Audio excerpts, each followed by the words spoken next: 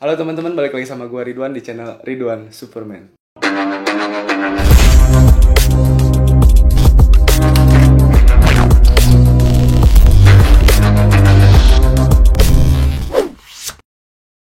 Kali ini gua kedatangan teman lagi, teman SMA. Yang menurut gue itu dia punya pengalaman yang emang bener-bener ya enak lah buat kita ceritain gitu, kita denger hari ini. Ya udah, tanpa basa-basi lagi, sekarang kita kenalan lagi sama orangnya yang kebetulan udah datang di sebelah gua. Selamat malam Ben Tambunan. Selamat malam Ridwan. Sehat Ben? Sehat? Sehat ya. Ben, Ya. orang undang Mane kesini nih sekarang. Orang mau tanya-tanya tentang kegiatan Mane sekarang itu apa? Kegiatan gue akhir-akhir ini, sebelumnya saya lebih sibuk bermain di konveksi. Konveksi baju, jaket, sama tas. Itu ada di Jalan Lebak di Bandung. Setelah saya sibuk konveksi, ada juga kesibukan lain. Saya juga disebut gamers, bukan gamers. Kalau gamers kan beberapa game yang dimainin. Kalau gue cuma satu game doang, main Dota aja. Tapi main Dotanya cuman tidak sekedar hanya main doang, tapi ada imbalannya lah. Jadi sistemnya gini, kalau main Dota misalkan ada teman yang ngenalin ingin di boosting. Istilah boosting itu jadi menaikkan rank tanpa gimana ya, kan gue jago nih main Dota nih sependapat teman gue, jadi teman gue ngerekomendasiin, ini teman gue jago nih main Dota nih, mau nggak, tapi bayar. Oh, jadi ini apa ya? Joki. Istilahnya joki. Jadi gue matok harganya tuh, boleh kan sebut harga kan ya? Boleh lah. Ya. Jadi patokan harga gue tuh per 100 mmR itu tarifnya 75.000. Per 100 mmR. Per 100 mmR. Oke. Sedangkan achievement yang udah Mane dapat, Mane mmR Mane sendiri itu berapa? MMR gue sekarang itu udah di 6.000. Oh, 6.000. 6.000. Kalau di top ranknya tuh masih top 1.000 lah. Oke, berarti kesibukannya tadi kan pertama dari konveksi, keduanya itu Mane main game. Ya, main game. Nah, yang ketiganya apakah ada lagi atau udah cuma dua itu aja?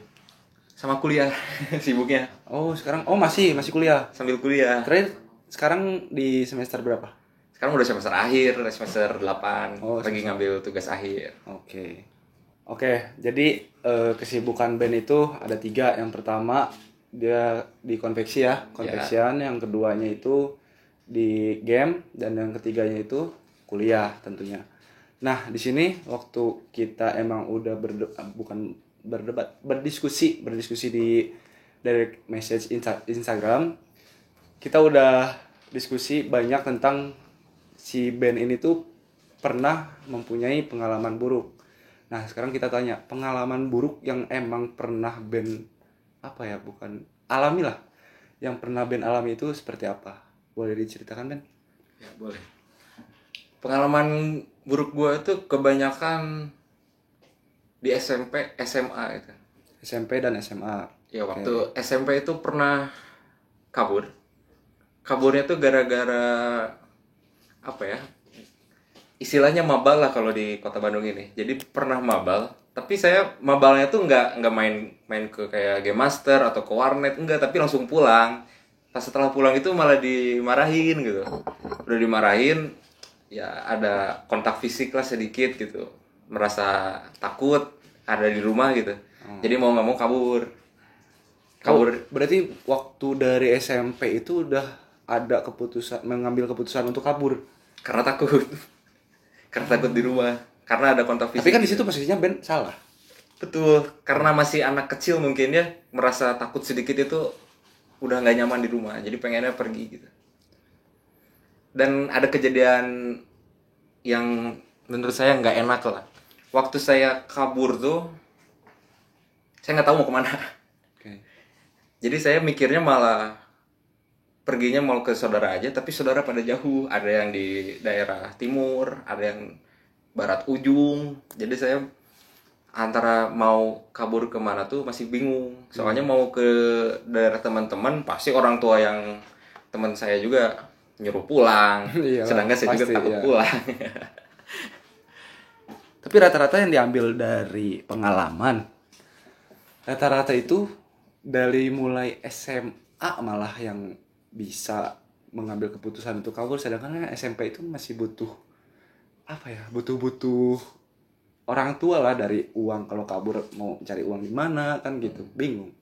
Tapi kalau Ben ini beda gitu, dari SMP udah ada keputusan untuk pergi dari rumah gitu. Iya kabur. Dan akhirnya tuh kejadiannya saya kabur tuh ke daerah barat, ada rumah keluarga saya. Jadi saya tuh jalan kaki selama 5 jam. Jalan kaki 5 jam sampai udah haus juga, kepaksa ngamen. Oh, sampai ngamen. Sampai ngamen buat beli minum. Haus kan jauh. Itu ngamennya di daerah mana? Dekat rumah apa jauh dari rumah? Udah jauh dari rumah, udah mau deket-deket ke daerah rumah keluarga yang di daerah barat sana. Itu jalan kaki. Jalan kaki. Cuman pakai sendal sualau. Luar biasa. Sendal jepit. Oke, dilanjut Ben. Pas Jadi- itu pas ngamennya itu berarti tanpa apa-apa dong, cuma keprok doang. Iya, tepuk tangan doang. Jadi pas udah tepuk tangan, pas minta, pada heran ini yang penumpangnya itu. Ini kok putih tapi Ngamen ngamen ya. gitu. Sempet ada yang nanya, "Dek, kok ngamen? Kemana?" Katanya. "Uang saya hilang," kata saya. Kan malu kalau misalkan Oke, kabur. Kabur ya. Uang saya hilang, saya haus gitu. Ujung-ujungnya dikasih. Waktu itu adalah yang baik ngasih nominalnya tuh 5.000. Kayaknya udah cukup buat ongkos sama minum. Oh, berarti ngamennya pas udah nerima 5.000, Mane merasa puas di situ karena itu mencukupi untuk Mane beli minum. Ya, Oke. merasa lebih tenang lah gitu. Udah ada ongkos buat sampai ke rumah keluarga gitu. Pas sudah sampai rumah keluarga tuh saya tuh langsung nangis. Nangis-nangis ke bibi saya waktu itu. Nangis-nangis saya di bla bla bla bla gitu lah pokoknya. Gak enak di rumah, takut. Saya dipeluk waktu itu. Makan. Terus nanya ke saya, "Ben, mau dibilangin nggak kamu ada di sini?" "Jangan dulu lah, saya takut," gitu. Kan masih kecil tuh. Jadi saya waktu udah sampai rumah, saya selama 3 hari ada di situ. Kayaknya mama saya tuh udah nyari kemana aja gitu, sampai keluarga diteleponin semua. Kayaknya bibi saya udah nggak tega, jadi saya dibilangin kalau saya tuh ada di sini. Oke. Ujung-ujungnya saya diantarin sama anaknya bibi saya ini ke rumah. Udah deh, maaf-maafan di situ, salah paham aja sih. Iya, yang ya semua orang tua sih Ben, kayak kalau misalkan sekeras apapun ya itu untuk mendidik. Tuh. Nah, itu. Jadi emang apa ya, posisinya pendewasaan aja sih ya. Selebihnya Mane masih mikirnya itu kayak aing udah di kayak gini ini. Mane nggak terima dan keputusan Mane untuk mengambil Mane kabur dari rumah, ya udah terlanjur gitu kan. Ya, udah Dan kejadian. padahal hasil Mane udah kabur dari rumah pun Mane masih dicari kan sama orang tua Iya. kemana-mana, dan sampai Mane belum ketemu orang tua masih nyari. Masih nyari. Berarti emang bener salah paham. Ya, Itu kan SMP nih. ya SMP. Di SMA Kalau di SMA saya termasuk anak baik-baik sih kalau di sekolah. Jadi ya kalau sih, yang orang tahu Mane baik, Mane pengejar ranking. sampai diomongin guru. Harus dicontoh. Jadi yang perlu kalian tahu tuh, Ben ini tuh apa? Mane itu di bidang apa? Fisika apa kimia sih? Semua ya? Anak IPA. Iya, berarti di IPA itu emang Ben itu diunggulkan. Sampai di kelas lain guru itu bilang kayak, ayo belajar biar bisa pinter kayak Ben, kayak di MIPA 5 katanya tuh kayak gitu. Oke, berarti pengalaman buruk di SMA itu nggak ada atau ada tetap? Ada, jadi ada komunitas di sekolah. Waktu itu ada, pertama tuh sebelumnya di depan gerbang sekolah tuh belum ada CCTV. Belum ada. Oke. Saya tuh mau ngerokok, kan saya juga dulu perokok, tapi nggak sesering sekarang. Jadi saya tuh perokok pengen ngerokok sama pengen cari teman juga. Soalnya teman saya yang kutu buku, yang pinter-pinter, pengen cari lingkungan baru lah gitu. Ya. Datanglah ke komunitas yang di sekolah, ada di depan gerbang. Ya. Ngerokok lah di situ kan. Ngerokok, ada kayaknya udah keseringan ngerokok.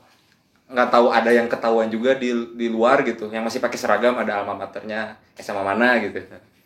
Kayaknya biar nggak malu, Dibikinlah CCTV. Setelah dibikin CCTV itu, seingat gue tuh sebelum bagi rapot, pas lagi masa-masa UAS lah, pas lagi masa UAS, ketahuan tuh yang di kena CCTV, dipanggilin tuh, ditulisin namanya tuh, yang namanya biar dipanggilin orang tuanya kan.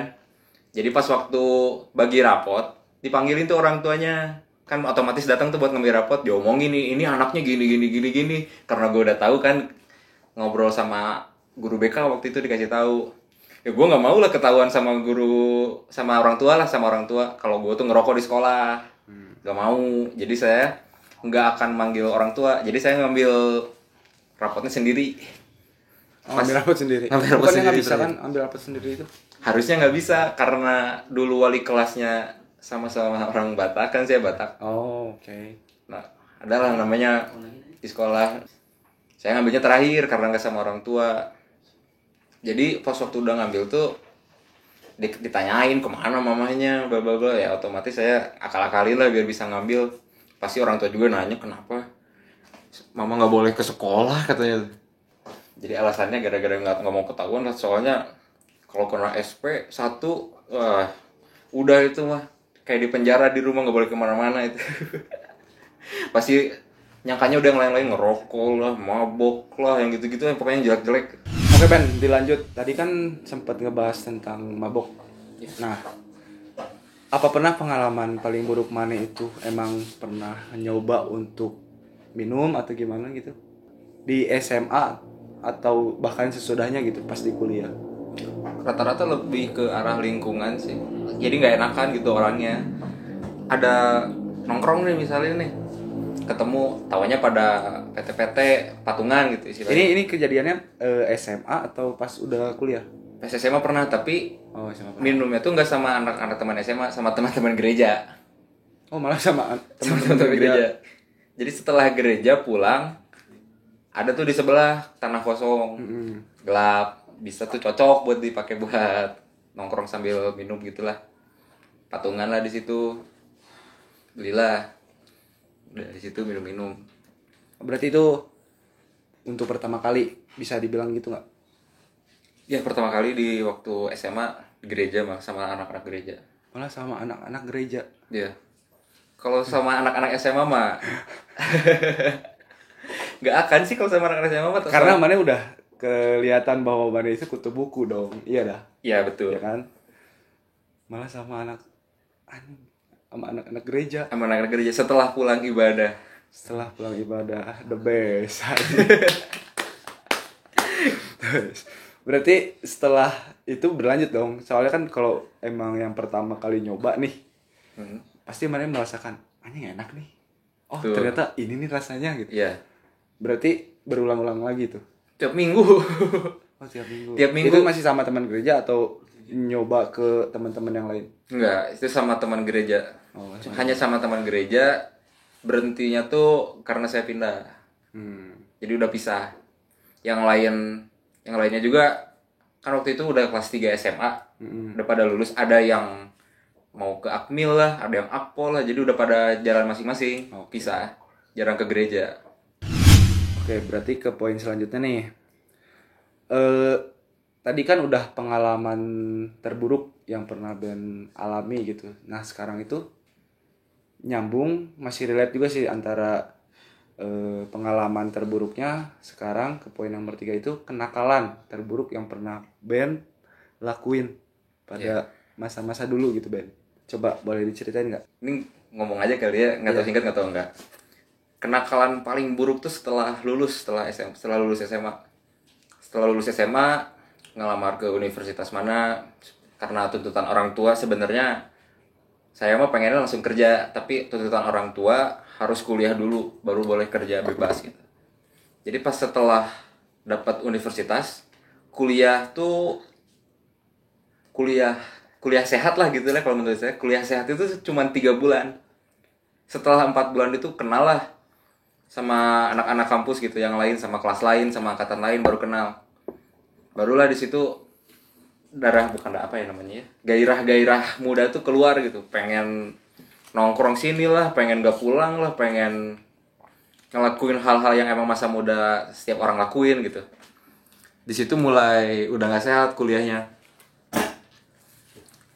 Jadi pas waktu udah ketemu cutting sama orang-orang lain itu tuh udah mulai bolos ke kuliah, titip absen lah, kerjaan kuliah nggak dikerjain gitu. Berarti mulai tahapnya itu kenapa mana hilang jati diri gitu Ben?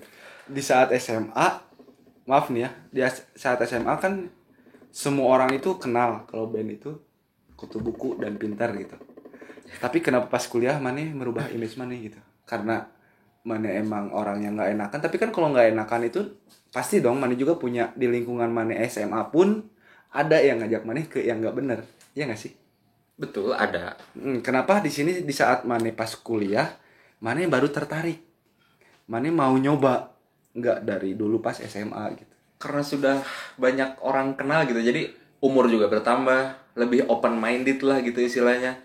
Jadi prinsip waktu masih tahun 2016 itu, hidup tuh cuma sekali, masih muda sekali, nggak bisa diulang gitu. Nanti kalau udah umur yang lebih dewasa, banyak tanggung jawab, mungkin nanti harus ngebiayain diri sendiri buat beli sesuatu yang kita pengen sendiri gitu, tanpa harus pakai uang orang tua gitu. Banyak hal-hal yang apa namanya ya, kita sendiri tuh pengen bebas tapi pakai duit orang tua gitu. Ya betul. Itu posisi paling nyaman gitu, daripada pas waktu kerja pengen bebas, kepikiran duit inilah duit itulah, mau nyicil inilah gitu. Jadi selama masih muda, masih duit orang tua, ini menurut pribadi ya, jangan dicontoh. Menurut pribadi. Jadi menurut pribadi, selama masih ada duit orang tua dan mampu, enjoy lah hidup gitu waktu masih muda.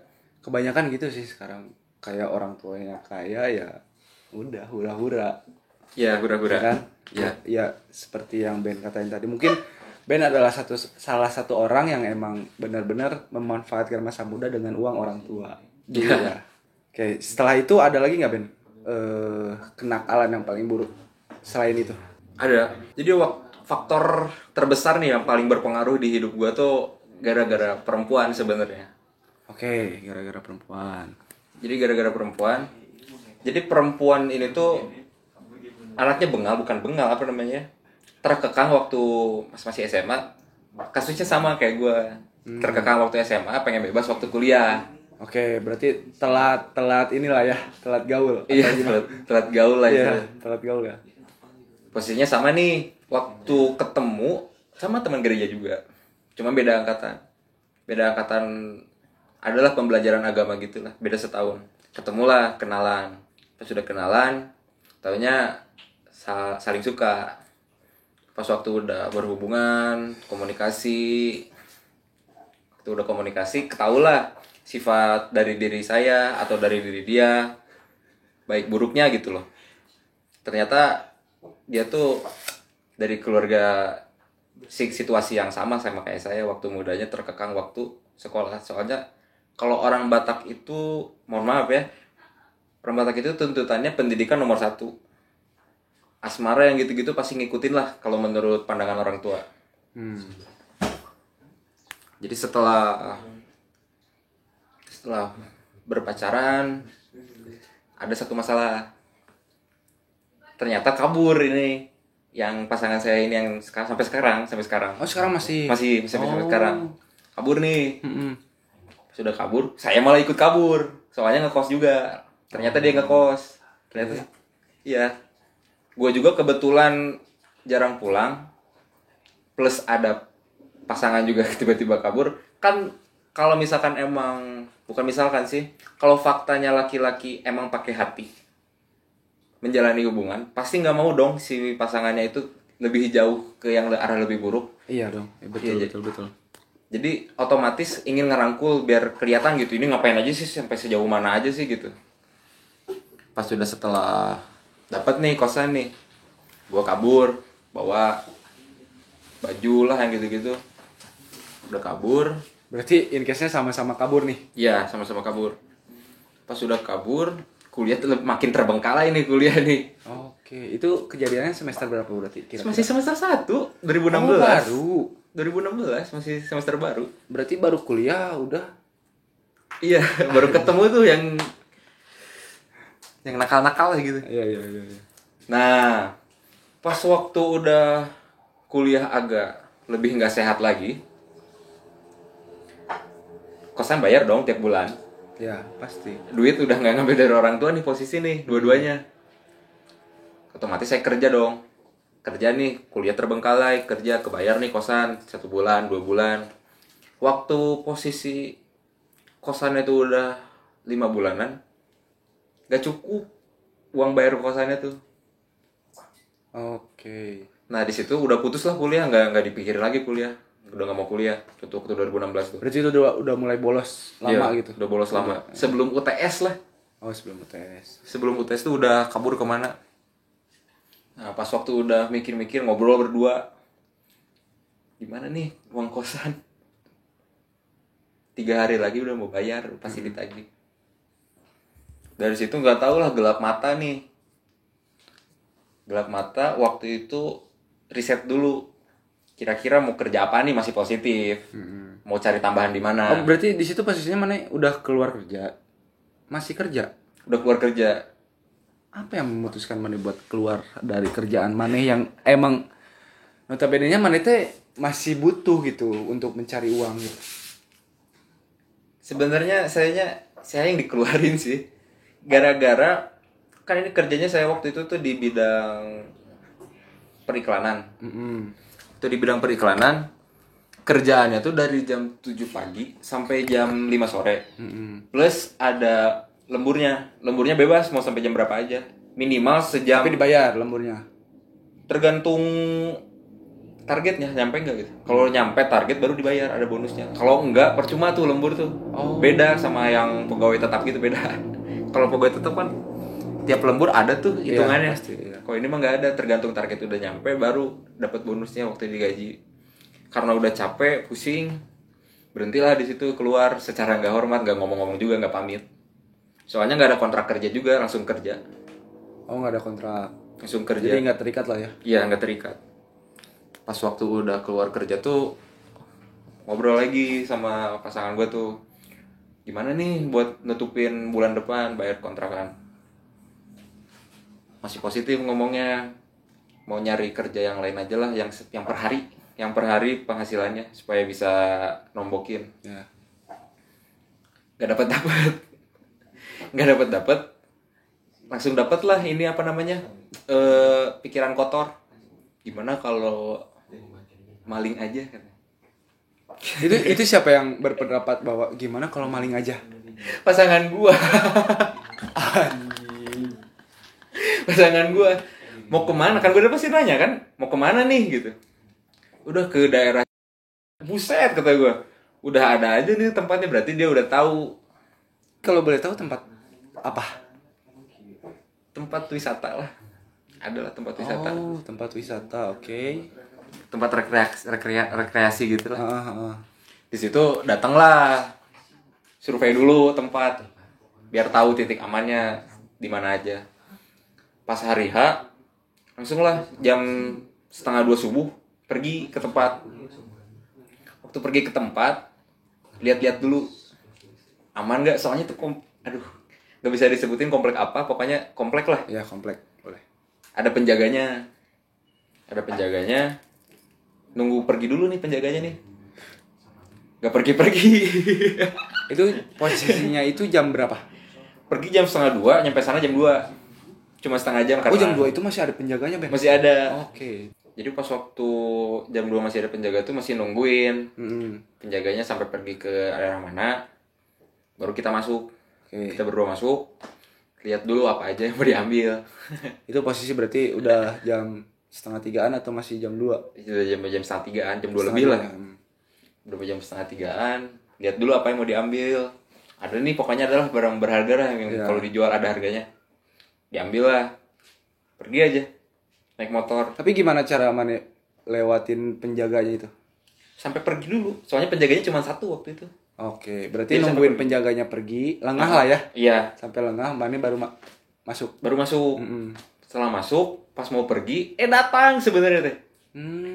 Datang. Ngeng gitu. Nanyain. Kepergok beneran. Sumpah ini. Kepergok beneran.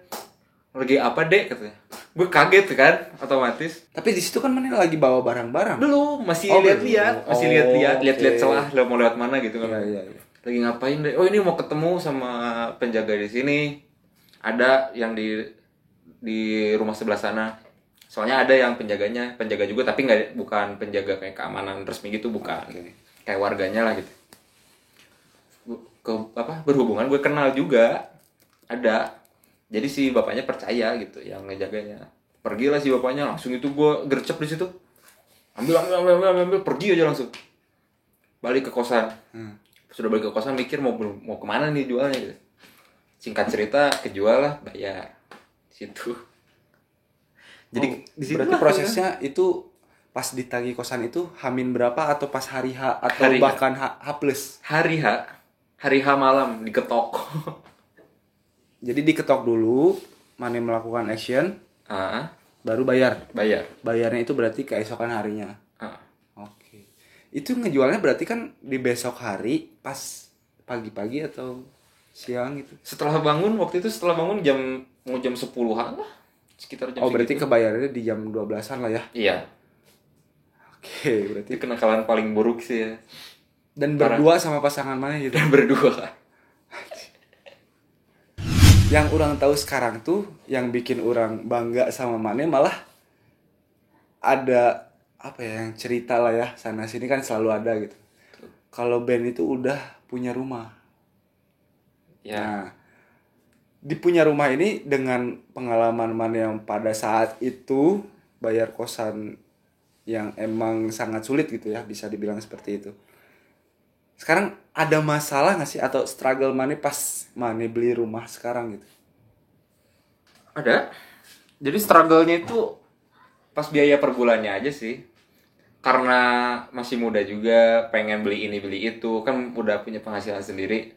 Gatel dong, pengen main, pengen jajan gitu. Pengen nongkrong. Paling struggle-nya di situ. Tapi di sini sorry, gua potong. Mane memutuskan buat beli rumah itu Mane emang bener-bener mau sendiri atau pasangan Mane ini nih yang ngomporin Mane lagi? Oh enggak, itu emang beneran kemauan sendiri. Tapi kan di sini Mane posisinya ya belum nikah juga. Belum. Tapi kenapa Mane bisa memutuskan Mane harus beli rumah? Udah mikir ke depan sih, soalnya makin dewasa makin matang juga pikiran. Karena lingkungan juga udah beda, teman-teman juga udah pada mencar kemana. Ya, Jadi betul. karena ada waktu gabut nih, kepikiran ke sana tiba-tiba gitu. Pengen punya rumah. Itu sharing pertamanya sama siapa? Tentang lu mau beli rumah gitu. Lihat YouTube. Oh. Jadi lihat YouTube, lihat orang umur segini udah bisa beli rumah segini sebelum nikah. Ya gue kepacu lah ke motivasi pengen beli juga. Oh, berarti dari YouTube. Dari YouTube karena gabut. Berarti sebelumnya sempat setelah nonton YouTube sempat sharing dulu sama orang tua atau gimana nggak? Enggak, tahu jadi aja. Nyokap gue kaget kan. Kamu duit dari mana katanya. Di sini gue agak beruntung karena ada paman gue yang punya tadi konveksi, ngasih kerjaan. Dan hasilnya itu per hari. Tapi kalau mau dibulanin bisa. Tapi gue mintanya per hari. Per harinya tuh tergantung baju sih. Tapi kalau disebut lebih sering 150 sampai 200 per hari. Jadi Itu tuh udah achieve target atau belum? 200.000 itu. selama ada orderan pasti segitu. Selama masih ada orderan ya. Tapi kalau nggak ada orderan ya nggak ada dong. Oke. Selama ada orderan pasti segitu. Tapi kalau orderannya lebih banyak nih, waktu itu pernah dapat ada event di Bali, banyak apa namanya sponsor, Telkom lah, Mandiri lah, yang gitu ngeproduksi tuh sampai 1000 piece. Di situ gue menang banyak, hampir kalau dibulanin itu 5-6 juta ada. Penghasilan terbesar gue seumur hidup gitu. Kan sekarang gue masih kuliah. Penghasilan seumur hidup paling gede tuh 5-6 juta waktu itu. Di situ mulailah karena hasilnya agak gede. Kan cicilan itu tuh nominalnya di bawah 1 jutaan lah. Ya. Dipilah-pilah. Jadi bulan segini ada uangnya, bisa jajan dulu apa, nanti bulan segini ada. Jadi bisa kehitung lah gitu. Ada hitung-hitungannya. Takutnya malah pas waktu hari H mau bayar, kejadiannya malah sama kayak waktu mau mandi. Keteteran gitu. Iya, nanti keteteran. Soalnya pakai KPR. Oke. Pinjam ke bank. Mm-mm. Jadi syaratnya tuh waktu mau nyicil rumah tuh nggak kepikiran syarat, cuman pengen punya rumah udah. Cuma sampai situ doang. Pas waktu lihat syaratnya, nyesel Tapi udah kejalanin gimana dong gitu. Harus MPWP dulu lah, bikin MPWP. Soalnya kalau mau pinjam KPR itu minimal harus punya penghasilan tetap minimal. Ya, betul. Jadi berhubung udah ada penghasilan tetap lah istilahnya, ke ACC lah sama banknya gitu, dipinjemin nominalnya sekian, pecicilannya sekian, selama berapa lama. Udah ada hitungannya lah ya. Ya, ada hitungannya. Nah, setelah Maneh melewati tentang tadi nih, Maneh pengajuan cicilan dan rumah kebayar sampai sekarang nih, ada hal yang terjadi nggak setelah itu? Baru kemarin ada tuh waktu, lupa bulan apa ya, sebulan lalu lah pokoknya ada bencana di daerah komplek yang dibangunin di rumah gua. Kena longsor. Dan Komplek rumah itu Maneh kena doang tapi nggak hancur. Oke. Dari situ gue kepikirannya ini nambah duit lagi nggak ya gitu. Ternyata enggak, malah dikasih sembako. Maneh beli rumah emang untuk pasangan Maneh ini? Iya, Berdua, betul. gitu. Betul. Jadi sebenarnya nyokap gue tuh udah nyediain rumah juga, sama udah dibeliin atas nama gue, sama yang bayar nyokap. Adalah di daerah mana. Gue nggak mau balas budi lebih banyak lah gitu sama orang tua. Gue udah nakal, masih nyusahin orang tua gitu kan, nggak mau. Jadi gue Itu rumah yang Inung Maneh kasih? dikontrakin sama nyokap ujung-ujungnya. Oke. Dikontrakin. Jadi kalau misalkan rumah yang di daerah yang gue beli sendiri itu kurang gimana ya? Kurang strategis dalam lokasi mungkin, sama hal-hal yang lain lah. Mungkin gue akan nempatin yang di rumah nyokap gue, yang rumah gue itu gue kontrakin, kebalikin. Oke. Jadi gue kontrakin, jadi ada investasi di tempat lain lah gitu, selain konveksi. Tapi rumah yang gitu. di rumah Maneh sendiri itu udah jadi sekarang? Masih dibangun. Oh, masih dalam tahap pembangunan. Udah jadi sih, atap-atap kayak pintu gitu udah jadi. Cuman tanahnya belum beres lah. Oke, berarti itu semua struggle Maneh tentang rumah yang sekarang Maneh bangun gitu ya, Ben ya? Ya. Oke. Sekarang kita lempar nih. Ya. Guys, sebenarnya di belakang kamera juga ada yang nonton, 3 orang gitu ya. Ada pertanyaan nggak? Mas Ben mau nanya, Oke, apa? itu kan Mas Ben yang sampai ngebela-belain mencuri demi bayar kosan tuh. Selepas itu Mas Ben masih pikiran untuk nyuri lagi, atau saat terakhir itu ngekos akhirnya udahlah gitu, itu buat nutup kos akhirnya kapok gak ngekos lagi, atau masih kayak gitu? Betul. Oke, kasih nih pertanyaannya loh. Ya sama-sama. Disebut menyesal pasti menyesal dong. Apa yang dilakukan kayak tadi disebut mencuri. Setelah bayar kosan pakai uang mencuri tadi, di situ mulai agak hidup sehat. Maksudnya hidup sehat itu ngerokok dikurangin, beli yang aneh-aneh dikurangin supaya bisa nabung buat bayar kosan di bulan selanjutnya. Terus apa ya? Intinya pasti menyesal sih, tidak akan melakukan hal yang serupa gitu loh. Ya, pasti. Itu berarti itu kali pertama dan terakhir Mas Ben.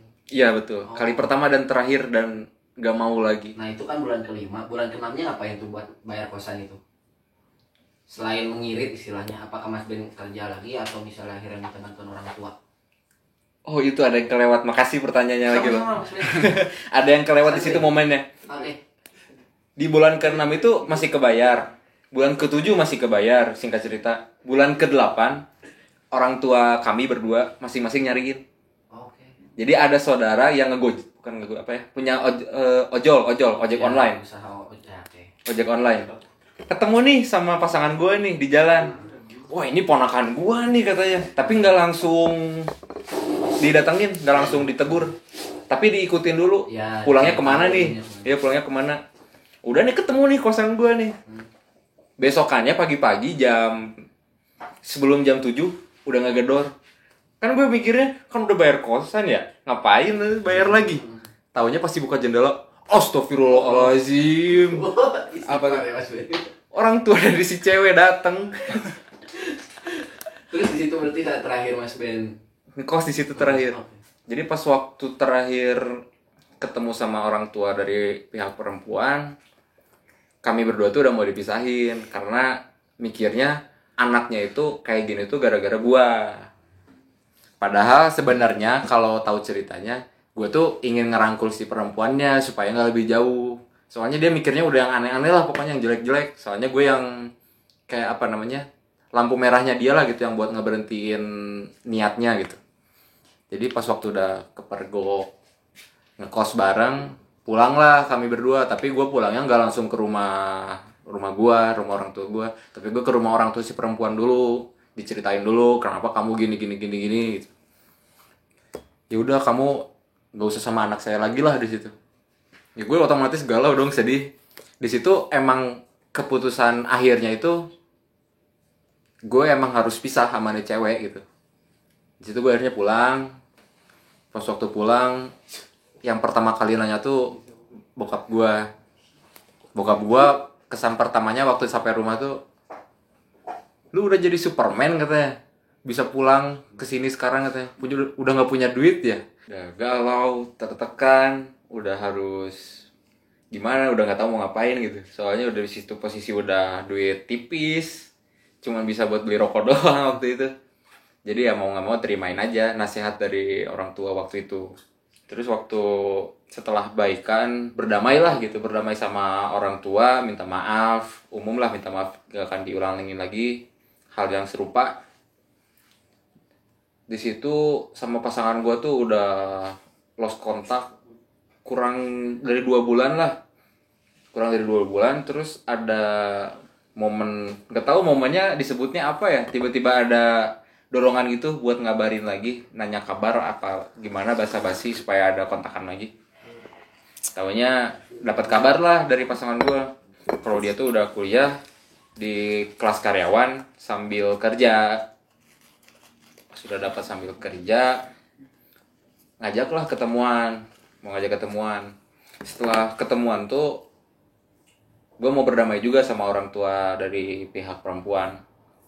Kan dari pihak orang tua kandung udah saling memaafkan lah gitu. Terus datang ke pihak perempuan, ternyata gue di situ bersyukur banget momen di situ karena orang tua dari yang pihak perempuan juga welcome juga apa yang gue inginin gitu. Kan gue di situ posisinya tujuannya untuk meminta maaf apa yang telah dilakukan. Mungkin anaknya juga udah cerita kenapa si Ben sampai segitunya gitu. Gue sampai segitunya sama anaknya gitu. Ternyata orang tuanya tuh menilai tulus gitu kalau gue ini emang bener-bener sayang gitu sama pasangan gue yang sampai sekarang ini.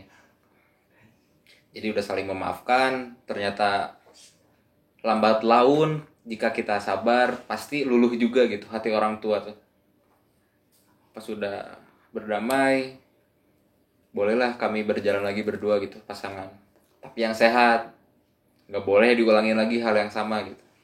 Dari situ jalan bersama, kuliah sambil kerja, gua kuliah juga sambil kerja, tapi gue kuliahnya nggak ngambil karyawan, ngambil kelas biasa. Soalnya gue kerjanya ya semau gue, mau jam berapa gitu. Oke, mungkin dari Hendra, apakah udah terjawab apa belum untuk pertanyaannya? Terjawab. Thank you. Oke, terima kasih. Ben, poin terakhir nih, pelajaran yang bisa mana ambil dari pengalaman yang bisa gue bilang ini itu pengalaman paling buruk. Pelajaran apa sih yang bisa mana ambil? Pelajaran yang dapat dipetik itu, kalau menurut gue pribadi, yang pertama itu jangan pernah melawan orang tua sampai orang tua itu nangis. Ya kan gue Kristen, menurut ajaran orang tua gue selama gue ada di rumah, jangan membuat orang tua itu menangis sampai keluar air mata kalau tidak mau rezekinya itu hilang gitu, atau enggak terhambat gitu rezekinya. Karena banyak cobaan gitu, banyak cobaan yang nggak pingin kita lalui, tapi kita lalui karena perbuatan kita sendiri. Janganlah sampai di titik tersebut gitu.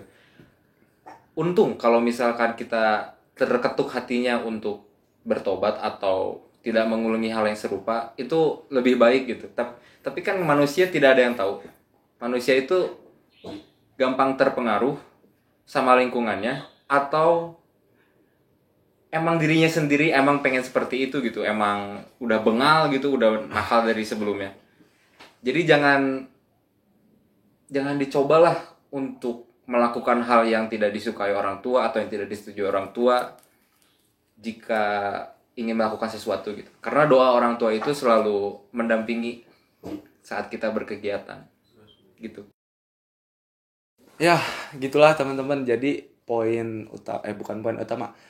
Jadi benang merahnya atau inti terbesarnya dari masalah band ini itu adalah jangan pernah kalian sekali-sekali untuk melawan orang tua.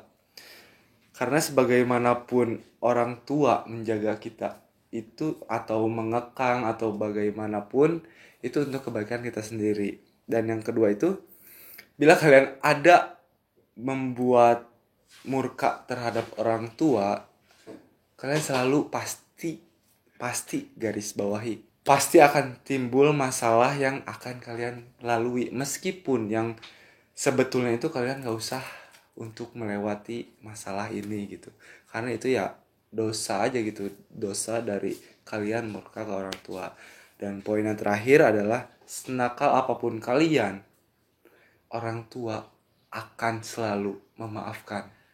Itulah yang kita sekarang belum bisa merasakan, bagaimana perasaan orang tua terhadap kalian gitu ya, yang emang kalian udah pernah murka, kalian udah pernah ya sengebantah apapun gitu ya. Kita kan anak muda ya Ben ya. Yeah. Kita pasti pernah melawan orang tua atau sebagaimanapun ya, bisa dikatakan parah gitu. Kita bakal kembali lagi ke orang tua sebesar apapun masalah kita. Itu sih poin yang terakhir yang bisa gue ambil. Jadi ya jangan sekali-kali lah kalian untuk murka terhadap orang tua, karena ya itu hal yang sangat-sangat tidak baik. Jadi ya udah, pembicaraannya atau obrolannya kita akhiri sampai sini ya Ben ya. Makasih udah hadir Siap di podcast urang gitu ya. Pokoknya intinya tetap jadi diri sendiri dan apa adanya. Bareng bye. Bye.